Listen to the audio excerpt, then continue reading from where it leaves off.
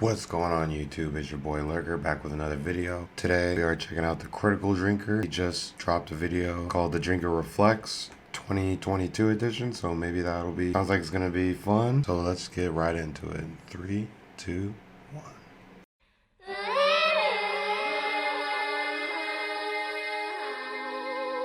I'm so happy, happy-go-lucky me. I've just come my way, living every day. I don't worry.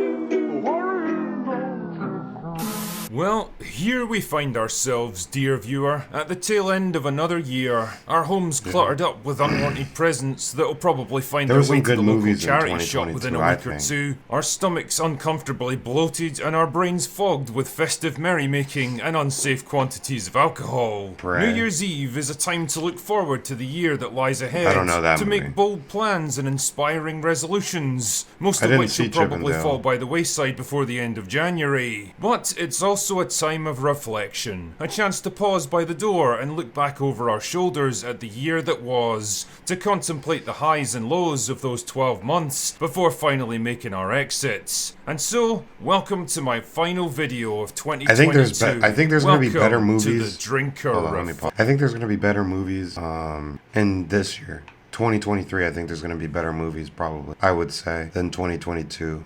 Just going over the list of the movies that are coming out this year. Like, if you look at that list, you'll see that, oh, wow. 2023 is stacked with movies. So, if you live near a movie theater, you know, make sure you start grabbing tickets for some of these shows because they got crazy amount of movies. If you don't believe me, look it up. There's at least 35 good movies coming out this year, 2023. Let's go. Acts. Now, on the face of things, 2022 I like that seemed show. to have a lot Everywhere- of stuff going for everything it. everywhere We all were at finally emerging from 2 long years of misery, on and off restrictions, and tedious regulations caused by the unspecified virus of unknown origin. The world had finally reopened. We were able to travel again. We Yep. could ditch the clown masks, and most important of all, we could go back to the movies. We'd emerged from the long winter of discontent, and what we all wanted was a glorious summer of blockbuster crowd pleasers. All right, now thinking back after he's just said what he said, it does seem like 2022 there wasn't the best of movies that we could have gotten, especially right after COVID. But 2023 looks good. that everyone could just lose themselves in. Unfortunately, that's not exactly what we got. The once unstoppable juggernaut of the MCU continued to creak and groan onwards with the release of 3 more forgettable movies to round out Phase 4, all of which were critical and commercial underperformers. Wait a minute. This wasn't forgettable. I love this movie, but I love Spider-Man, so I'm biased. But I love this movie. This movie was definitely not forgettable. This movie and Shang-Chi were probably the best movies of Phase 4. I haven't seen Wakanda Forever. That might be up there too. But Spider-Man and Shang-Chi, they were definitely not forgettable movies. All of which were critical and commercial underperformers. Doctor Strange 2 was a disaster of a film that basically wiped out one of the few remaining good characters in the MCU. Thor 4 proved The thing that's weird about Drinker is that if you look at the stats, Doctor Strange and the Multiverse of Madness wasn't a failure. It crossed the $1 billion club and it wasn't even allowed in China. None of the Phase 4 movies have been released in China. So yeah, the MCU did take a hit, but those 2 movies, Spider-Man and Doctor Strange, those are both one of the biggest grossing movies of all time. During COVID. Like, sometimes I agree with him, but I don't agree with that take. Waititi really is just a one-trick pony when it comes I don't really have anything to say about Thor: Love and Thunder. I didn't mind it. It wasn't my favorite movie, but it wasn't as bad as people were making it seem out to be. She-Hulk was bad. Hawkeye, I liked Hawkeye because I liked Kate Bishop's character. She's funny. Black Widow, that movie wasn't that great. Shang-Chi was awesome, especially if you like old school Chinese kung fu movies. Alright, let's see. Let's hear him trash Thor. superhero movies, and Black Panther 2 was a confused mess of a film that struggled Whoa, was it? Uh-oh.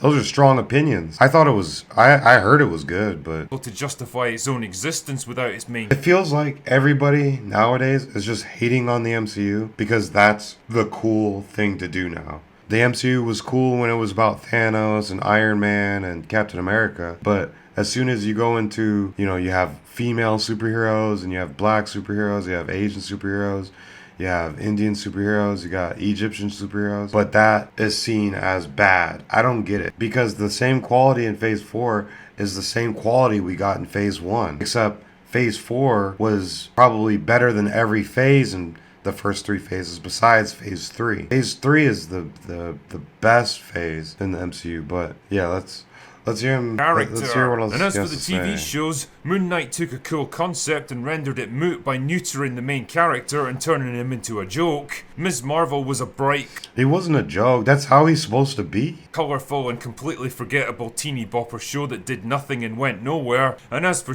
How did it go nowhere? It literally ties in to the new Marvels movie. Like it's connected. But for some reason, Critical Drinker, that's what I'm saying, easier to hate on things, and then that you get seen as cool because you're contrary just to be contrarian. She-Hulk, well, Almost tasted that.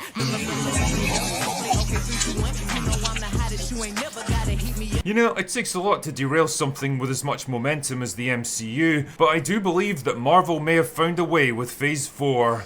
You want to know something crazy? He's saying that Marvel has derailed, but he's still, I guarantee you, he's still going to make a video about Phase 5 and Phase 6. And watch, Phase 6 is going to come and it's going to blow everybody's mind. And then everybody's going to be like, man, we were a little too harsh on Phase 4. It wasn't even really that bad. It wasn't that deep. It wasn't as deep as everybody's making it out to be. Series of movies and TV shows that seem to value quantity over quality, which even die-hard fans are starting to get turned off by. That was because, was it Bob Iger? I can't remember which Disney exec it was, but they wanted Disney Plus to combat Netflix, and they needed content.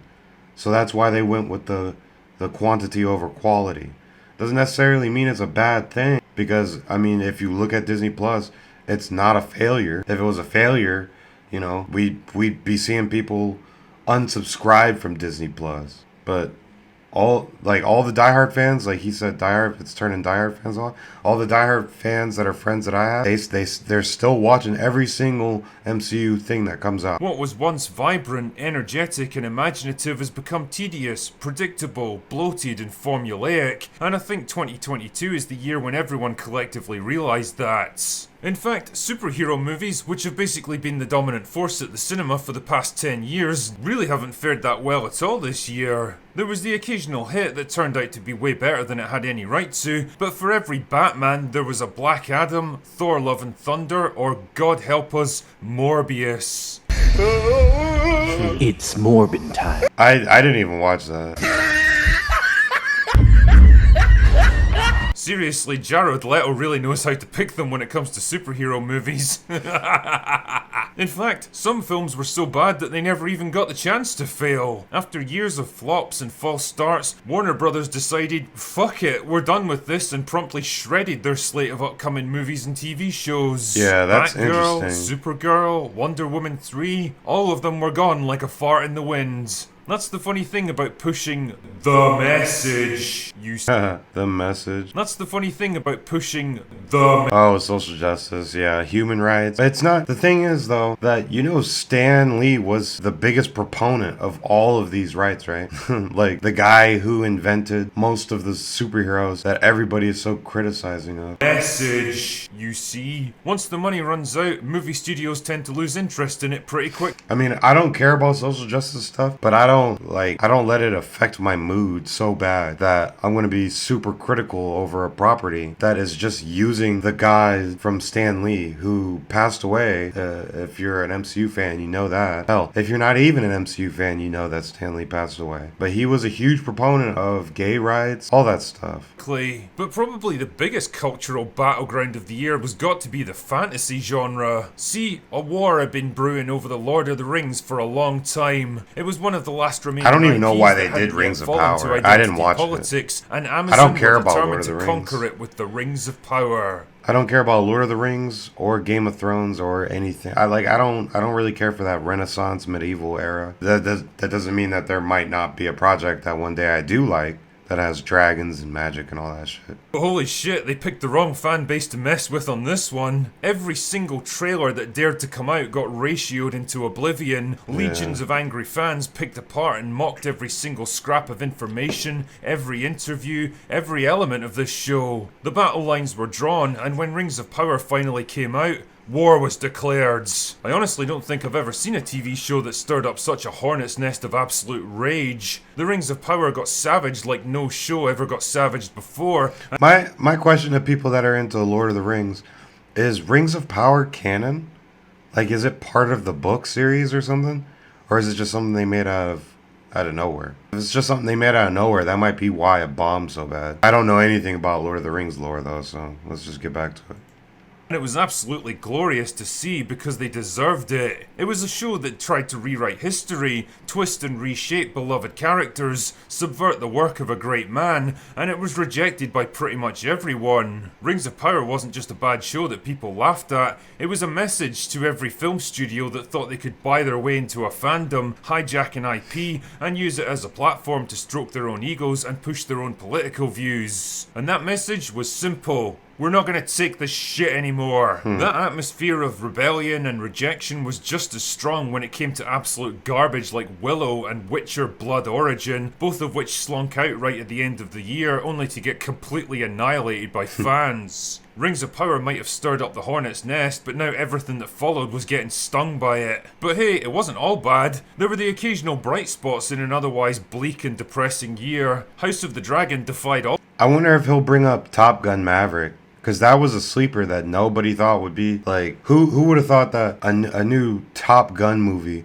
would do so well in the box office? Our expectations, including mine, by turning out to be a smart, I don't think that one well-written came out in and China brilliantly either. acted prequel Top Gun that Maverick? escaped the long shadow cast by Game of Thrones and delivered the best Since it's fantasy like show of the entire US year. military. Everything Everywhere All at Once showed us that That was a cool, good movie. inventive, quirky movies made by talented people are still getting made. All Quiet on the Western Front was a brilliant and moving adaptation of a classic story, while RRR demonstrated the growing power and appeal of foreign cinema. Because let's be honest here, if you don't give the customer what they want, then they'll find someone else who will. Speaking of giving the customer what they want, Top Gun Maverick Yep. was, for me, the absolute standout movie of the year. One of the Okay. very few films I've seen in recent memory that That's a dared good to be take. uplifting, inspiring. Like, out of all the movies that came out this year, I would say Top Gun Maverick is probably the best one.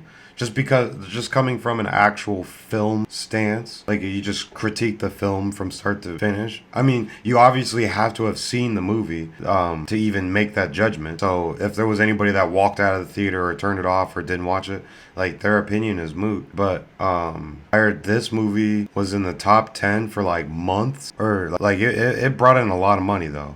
I can't remember how much, but it brought in a lot of money. Exciting and joyfully old school. A film that didn't try to cynically subvert your expectations or push some bleak nihilistic revisionist view of its aging hero or update its story for a mythical modern audience that doesn't exist. It was and is a glorious celebration of the classic Hollywood action movies and heroes that we grew The interesting thing I heard compared to Top Gun Maverick was Star Wars New Hope.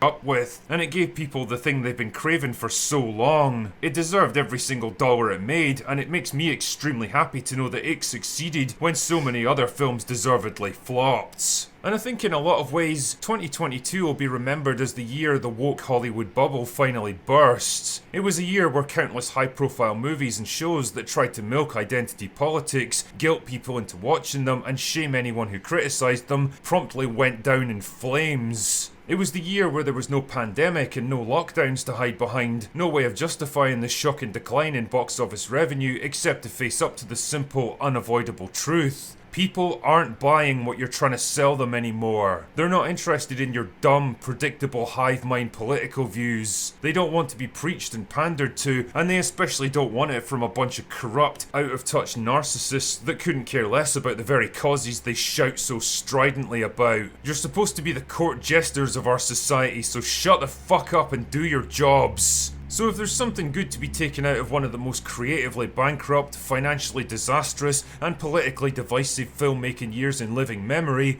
it's that people have finally woken up to the garbage that they're being fed.